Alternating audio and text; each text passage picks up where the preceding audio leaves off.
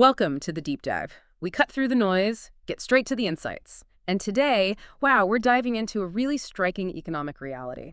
Did you know that new tariff policies are projected to boost federal tax revenues by an estimated $172.1 billion in 2025? That's a huge number. It really is. And it's not just big. It actually marks the largest federal tax increase since 1993. And get this, it affects a staggering 69% of all U.S. goods imports. 69%. That's incredible. Exactly. But look, these figures, they aren't just about trade policy, right? They are, you could say, the direct result of a powerful, long-standing push for America first. You know, that drive to prioritize national interests over, well, global entanglements. It's a debate with deep roots. Deep roots. Absolutely. It forces us to ask, do we best protect the nation through, say, open borders or through a stronger, more self-reliant economy? From factory floors to family budgets, you can feel it. A quiet battle is raging for America's economic future, and it echoes this century-old fight for national control. So in this deep dive, we're tracing the historical roots of this particular conservative viewpoint. We want to uncover how the America First philosophy has, shaped economic policy, how it's challenged globalism, and how it continues to influence where the nation is heading. And we'll unpack those core ideas: national sovereignty, limited government, domestic strength, and see how they've consistently propelled a uniquely American stance on trade and global engagement. Yeah, get ready to explore some pretty surprising connections between historical figures, economic theories, and, well, today's headlines. Let's get into it. Okay, so to really understand this enduring America First impulse, maybe we should rewind a bit. Back to the early 20th century, right after World War I, what were those initial concerns that first sparked this skepticism towards internationalism? Who were the early voices? Well, it's fascinating how quickly internationalism got framed as a threat. A really key insight from that period. You had Senator Miles Poindexter, for example, back in 1919. He was publicly warning against the League of Nations. Okay. And he didn't mince words. He called it a surrender of American sovereignty to international bodies and even socialists. Wow. Strong language. Very strong. And it wasn't just political rhetoric. It was rooted in this deeper skepticism. These early critics saw internationalism as based on, well, false and illusory idealisms. They contrasted it with what they called realism, a view that just unabashedly prioritized national interests. They even expected those interests to conflict with others. So that framing really set the stage. It absolutely did. It became a kind of bedrock principle, shaping how future generations would view global engagement. Often, cutting off debate by focusing on national interests as inherently separate, even oppositional. So that foundational concern, that worry about sovereignty, it really grew then. You did. And it sounds like the idea of no foreign entanglements really picked up steam, especially in the 1930s and 40s. Definitely. You saw movements like the America First Committee, with big names like Charles Lindbergh, passionately arguing for focusing on domestic strengths, keeping out of foreign conflicts. Echoing Washington, perhaps? Precisely. They drew on that historical precedent. You also had figures like Father Charles Coughlin asking, why America should pursue bigger and better foreign entanglements after the experience of war. This deep skepticism of outside influence wasn't just a passing thing. It really hardened into a powerful right-wing Americanist ideology after World War II in the 50s. Okay, so post-WWII, entering the Cold War era. Right. It became a clear counter-narrative, defining itself against the communist threat by championing, quote, American civic ideas, free market economics, and Christian values. You mentioned the Bricker Amendment earlier from 1951. What specific fears about sovereignty was that trying to address? Yes. That amendment was a direct attempt to rein in presidential power in foreign policy. Why? Because of those exact concerns. Concerns about? Concerns that international bodies like the UN represented a direct threat to American autonomy. People like Eleanor Roosevelt, associated with the UN, were sometimes labeled one-worlders. So the fear was about losing control. Exactly. The debate wasn't just about communism. It was fundamentally about protecting America's unique identity, its ability to make its own decisions against what they saw as this creeping global governance. A desire to keep American interests from being diluted. That's a good way to put it. A deep-seated desire for self-determination. Okay, so we've got this deep concern for national sovereignty established early on. Let's move forward a bit into the 1960s, maybe up to the 80s. How did these anxieties about globalism start to form into more, well, structured frameworks? You mentioned groups like the John Birch Society and Liberty Lobby. You're absolutely right. Those organizations really emerged from that anti-communist feeling of the 1950s, and they developed this core ideology, basically built around the idea of a grand A conspiracy conspiracy of of internationalist elites. The belief was these elites were aiming for a totalitarian world government, or sometimes called a collectivist New World Order. Robert Welch, who founded the John Birch Society, was very explicit about this threat, a one-world socialist government, as he put it. interesting. And their focus wasn't necessarily winning elections. Not primarily, no. Their mission was really about propagating right-wing conspiracies and the mobilization of anti-establishment sentiment. They were focused on shaping public opinion, kind of from the grassroots up. So building the intellectual or maybe conspiratorial groundwork. You could say that. And they were effective at getting their message out. How so? What methods did they use? It sounds like they weren't just talking amongst themselves. No, not at all. Their media strategy was quite sophisticated for the time. They used scores of books and countless newsletters to spread their anti-globalist language and themes. Things like direct mail fundraising were key. And publications like Liberty Lobby's The Spotlight became really powerful propaganda tools. Any specific examples? Well, Dan Smoot's book, The Invisible Government, was very influential in that wave. All this allowed their anti-globalist ideology to become, well, deeply embedded in certain circles. It provided a kind of ready-made framework for politicians later on. And did this connect with any populist figures at the time? Oh, absolutely. This era saw the rise of people like George Wallace. Remember, he got 9 million votes in 1968. And John Schmitz, running for the American Independent Party in '72, pulled over 1 million. There's also a figure named Willis Carto, who's been called the chief ideologue of anti-globalist populism. Harto, what was his angle?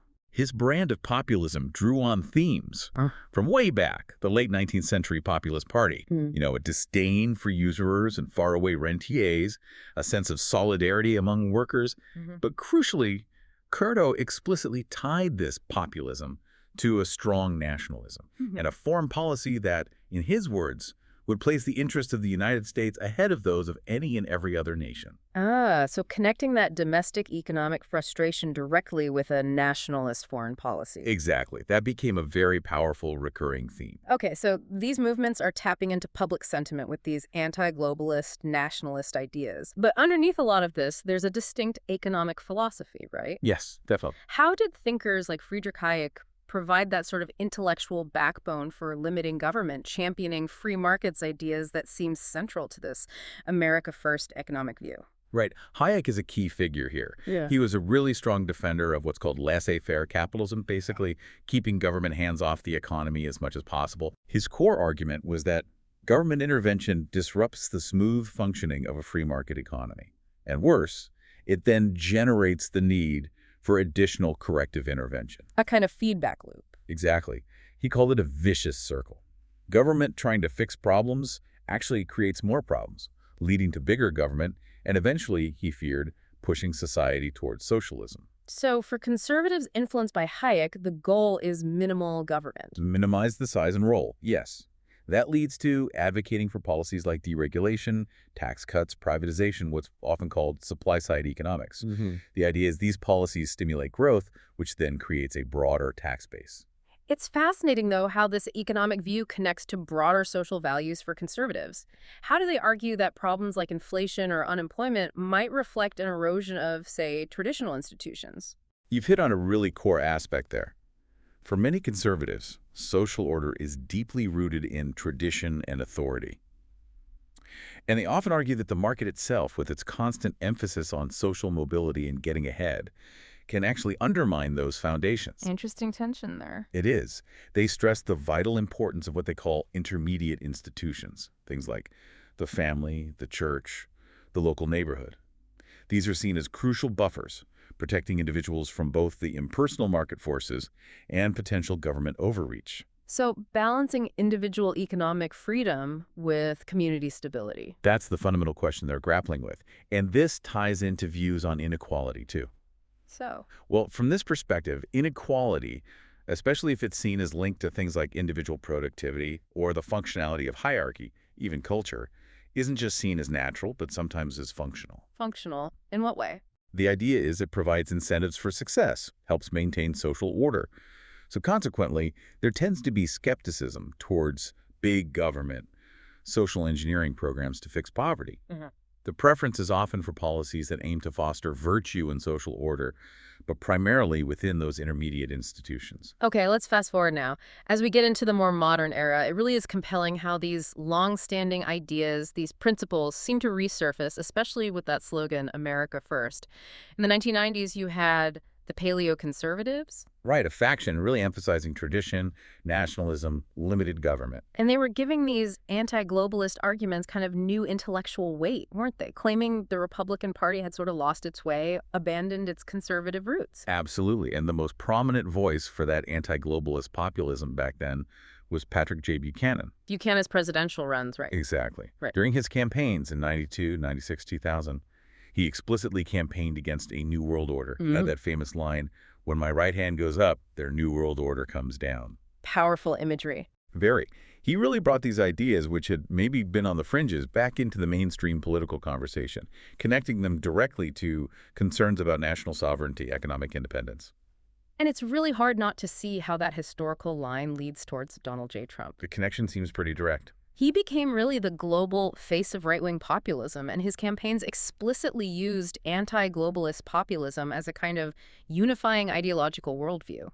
His America First agenda seemed clearly aimed at seeking to reconstruct a U.S.-centered global supply chain and trying to curb the industrial advancement of competitors like China. It feels like a direct descendant of those earlier movements we talked about. And this brings us right back to where we started, doesn't it? The very real, measurable economic impact of tariffs in this modern America First era. Those statistics are pretty stark. They really are. The weighted average applied tariff rate on imports potentially rising to 19.5%. That's the highest average rate since 1941. Wow. Since before the U.S. even entered WWII. Exactly. And these tariffs, estimated to raise maybe $2.3 trillion in revenue over 10 years. Huge revenue. But there's a flip side. There is. Projections suggest they could reduce U.S. GDP by nearly a full percentage point, 0.9%. And that's before you even factor in foreign retaliation. And what does that mean for, the average person, the average family? Well, the estimates suggest the average American household could face an average tax increase of around $1,300 in 2025, maybe closer to $1,600 in 2026. That's not insignificant for most families. Not at all. It shows the real personal impact these big policies can have. And remember that initial number, the $172.1 billion increase in federal tax revenue for 2025. The largest hike since '93. Right, and affecting, again, roughly $2.3 trillion worth of goods. That's 69% of all U.S. imports. It's massive. And as you mentioned, it's not happening in a vacuum. There's retaliation. Absolutely. We've seen countries like China, Canada, the EU announce or impose retaliatory tariffs. We're talking about tariffs affecting some $330 billion of U.S. exports. Which could drag down GDP even further. Potentially by another 0.2%, according to some estimates. So given all that economic data, the costs, the potential downsides, what's the underlying rationale from that America First conservative perspective for still using tariffs so aggressively? Well, this view loops right back to those early 20th century worries, doesn't it? Sovereignty, no foreign entanglements. Well, classical liberals might traditionally argue for pure free trade. This America First conservative viewpoint, as presented in the sources we looked at, sees tariffs as a necessary tool. Necessary for what, specifically? To protect national industries, to protect domestic jobs, and fundamentally, to rebuild a U.S.-centered global supply chain.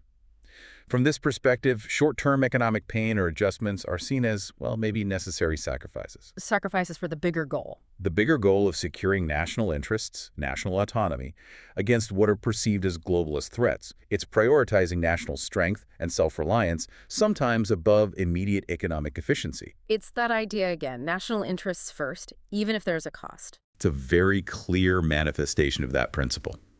So we've really covered a lot of ground here. Nearly a century of American thought, haven't we? We have. From those early warnings about international entanglements right up to today's tariff debates. And there's this consistent conservative thread running through it all. A deep commitment, yeah, to national sovereignty, economic independence, preserving distinct American values, which often looks like skepticism towards global integration. What this deep dive really highlights, I think, is that these questions we're grappling with today about trade, about national interest, they're not new at all. Not at all. They're powerful echoes, constantly evolving, but part of this ongoing dialogue about who defines America's future and how its interests are best protected. So as you, our listeners, reflect on all this, here's a final thought to chew on. What do you think is the best path forward for safeguarding national interests in our incredibly interconnected world? Is it by embracing global markets, seeking cooperation, or is it more about fortifying national borders and industries, even if that means major economic adjustments? Something to consider.